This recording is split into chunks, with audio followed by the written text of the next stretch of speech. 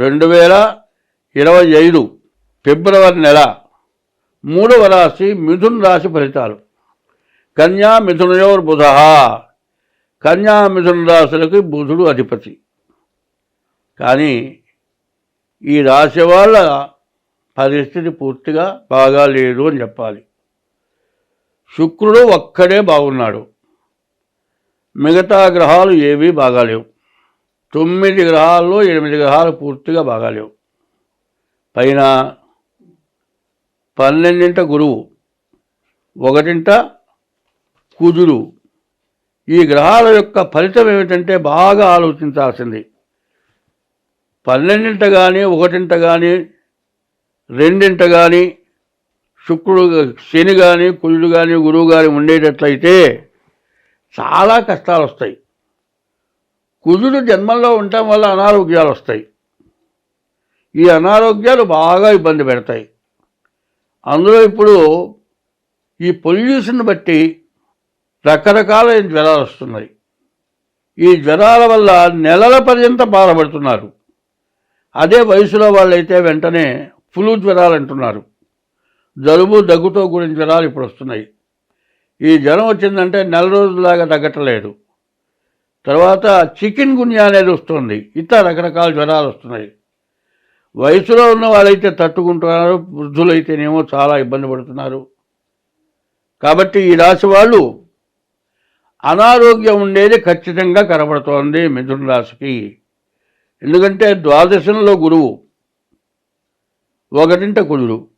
ఈ 1ంట కుజుడు వల్ల ఏమిటయా అంటే రక్త సంబంధమైన వ్యాధులు.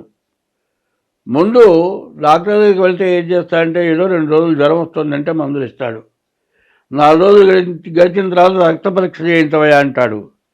ఆ రక్త పరీక్ష చేసిన తర్వాత ఏమవుతుంది, టైఫాయిడ్, న్యూమోనియా ఇట్లాంటి జ్వరాలు వస్తున్నాయి.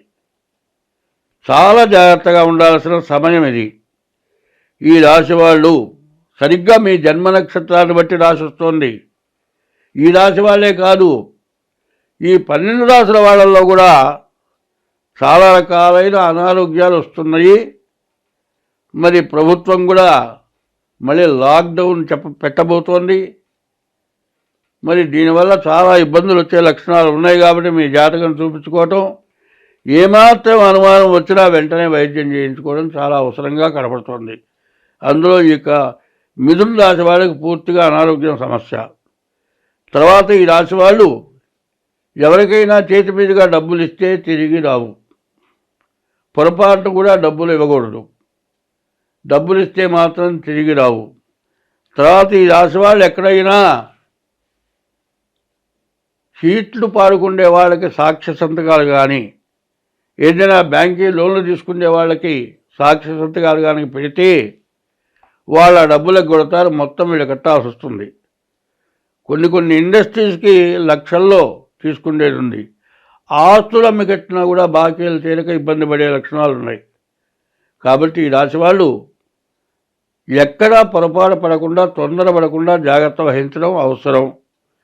2 మీ జాతకం చూపించుకోవడం అంతకంటే అవసరం. ఇప్పుడు ఈ చెప్పేది గోచారం మీ జన్మ నక్షత్రాలను బట్టి అయిందా కాదా మిథున రాశి తెలుసుకోవాలి. జన్మలగ్న రీత్యా చూసుకోవాలి. ఒక్క శుక్రుడు తప్పితే ఏ గ్రహాలు బాగాలేవు. కాబట్టి ఈ జాతకులు ఎంతో జాగ్రత్తగా ఉండాలి. తర్వాత ఎక్కడా తన నుంచి పొరపాటు జరగకుండా చూసుకోవడం ఒకటి. రెండవది ఏమిటయా అంటే ఎవరైనా సరే తన ఇష్టదైవాన్ని పూజించడం ఒకటి. ఇంకా పిపీలికా సమారాధన అంటారు. బియ్యపు రవ్వ, పంచదార కలిపి మట్టి నేలల్లో పుట్టల మీద వేస్తే చీమలు ఆహారం తింటాయి. అందులో నల్లటి చీమలు, గబ్బు చీమలు అంటారు. అవి కుట్టవు. ఆ చీమలు తింటే ఈ గ్రహదోషాలు పోతాయనుంది.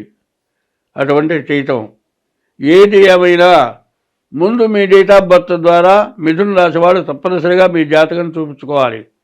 అట్లా లేని పక్షంలో హస్త సాముద్రిక ద్వారా అయినా సరే మీ జాతకం చూపించుకోవాలి. ఇది మామూలు నష్టం కాదు, బాగా పెద్ద నష్టం కలిగేటువంటి పరిస్థితి ఈ మిథున రాశికి బాగా కనపడుతూ ఉన్నది. ఎట్లా అంటే 60 సంవత్సరాలు వచ్చేవాడికి కొన్ని కోట్లు సంపాదించాడు అనుకుందాం. 60 సంవత్సరాలు వచ్చిన తర్వాత ఈ కోట్లు మొత్తం పోయి కేర్ ఆఫ్ ప్లాట్ఫారం అవుతాడు. 20 సంవత్సరాల వయసులో అయితే సంపాదిస్తాడు, కానీ 60 సంవత్సరాల వయసులో శక్తి లేదు, సంపాదించలేడు, ఉన్నది పోయింది. పోయిన తర్వాత మనోవ్యాధి ఎక్కువైంది. మనోవ్యాధితో మంచం పడడమే కానీ బయటకు వచ్చే పరిస్థితి రాదు. ఇటువంటి పరిస్థితి తెచ్చుకోవడం మంచిదా? ముందుగా మీ జాతకం చూపించుకొని జాతకరీత్యా రెమెడీ చేయించుకొని మీరు బాగుండటం మంచిదా? కాబట్టి అందులో పాపగ్రహాల బలం ఎక్కువగా ఉండటం చేత ప్రతి వాళ్ళకు కూడా సమస్యలు వస్తూ ఉన్నాయి. కాబట్టి ఈ రాశివాళ్ళు ముందుగా జాగ్రత్త చూపించుకోవటం చాలా అవసరం. తర్వాత ఈ రాశి వాళ్ళకి వివాహం కావటానికే మంచి అవకాశం ఉంది. కాబట్టి ఈ వివాహం అయిన తర్వాత ఎట్లా ఉండాలి అనే పొజిషన్ ఒకటి చెప్తాను నేను. మరి ఆడపిల్ల ఒక ఇంట్లో నుంచి ఇంకో ఇంట్లోకి వస్తుంది. మనిషికి 100 సంవత్సరాల ఆయుష్ ఇచ్చాడు. 25 సంవత్సరాలు అయ్యేటప్పటికల్లా ఆ పిల్ల పెళ్లి చేసి అత్తగారింటికి పంపిస్తారు. ఆ అమ్మాయి మిగతా 75 సంవత్సరాలు అత్తగారింట్లోనే జీవనం గడపాలి. మీ కన్న కూతురు పెళ్లి చేసుకొని బయటికి వెళ్తే తల్లిదండ్రులైన ప్రతి వాళ్ళు బాధపడతారు. ఎందుకంటే అత్తగారింట్లో ఆమె సరిగ్గా ఉండలేకపోతే. అట్లాగే నీ కూతురు అత్తగారింట్లో ఉండలేక ఇబ్బంది పడుతుంటే నీ కోడల్ని ఇంటికి వచ్చినప్పుడు ఇబ్బంది పడకుండా చూసుకోవాల్సిన బాధ్యత మీకున్నది.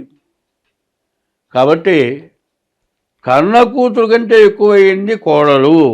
కాబట్టి అత్తగారు ముందు కోడల్ని జాగ్రత్తగా చూసుకోవాలి. తర్వాత భర్త అయిన వాడు కూడా ఎవరిని ఎంతవరకు చూసుకోవాలి అంతవరకు చూసుకోవాలి. జీవితం చివరిదాకా ఉండేది భార్య,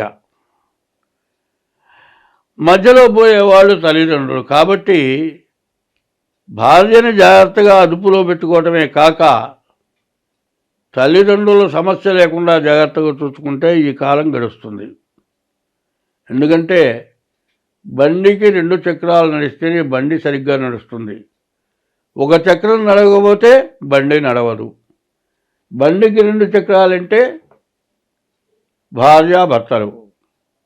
తల్లిదండ్రులు పిల్లల వివాహం చేస్తారు. మగపిల్లవాడికి చదువు చెప్పించి ఉద్యోగం ఇప్పించి పెళ్లి చేస్తారు. పెళ్లి చేయగానే ఏమంటారా, మా పని అయిపోయింది, మా బాధ్యత తీరిపోయింది, పెళ్లి చేశాం, ఒక ఇంటి వాడిని చేశాం, ఇక వాళ్ళ బతుకు వాళ్ళది అంటారే తప్పితే ఇంతకుముందున్న బాధ్యత తర్వాత వాళ్ళు ఆలోచించరు. కాబట్టి తల్లిదండ్రులకి అన్నం పెట్టకుండా ఎగ్గొట్టకుండా తల్లిదండ్రులను పోషించుకుంటూ కుటుంబాన్ని జాగ్రత్తగా గౌరవంగా చూసుకునే పరిస్థితి కావాలి. అది కావాలంటే ఈ రాశి వాళ్ళకి గ్రహస్థితి బాగాలేదు. పెద్ద సమస్యలు ఎక్కువగా వచ్చే లక్షణాలు బాగా కనబడుతూ ఉన్నాయి. ద్వాదశంలో గురువు వల్ల చాలా ఇబ్బందిట. ఎట్లా ఉంటుందంటే వాక్కారకుడు గురువు. ఈ వాక్ సిద్ధి బాగుండాలి. ఎట్లా ఉంటుందంటే ఆ వాక్కు కోపం వచ్చినప్పుడు పెళ్ళాన్ని ఒక మాట అంటారు. ఆ మాట నేను అంటల్లా, ఇంకో రకంగా చెబుతున్నా. ఎవరింటికన్నా వెళితే అరే మీ నాన్న ఉన్నాడురా అని అడిగితే అది పద్ధతిగా ఉంది. నీ అమ్మ మూడున్నాడురా అంటే అర్థం మాత్రం ఒకటే కానీ రెండోది వికటంగా ఉంది.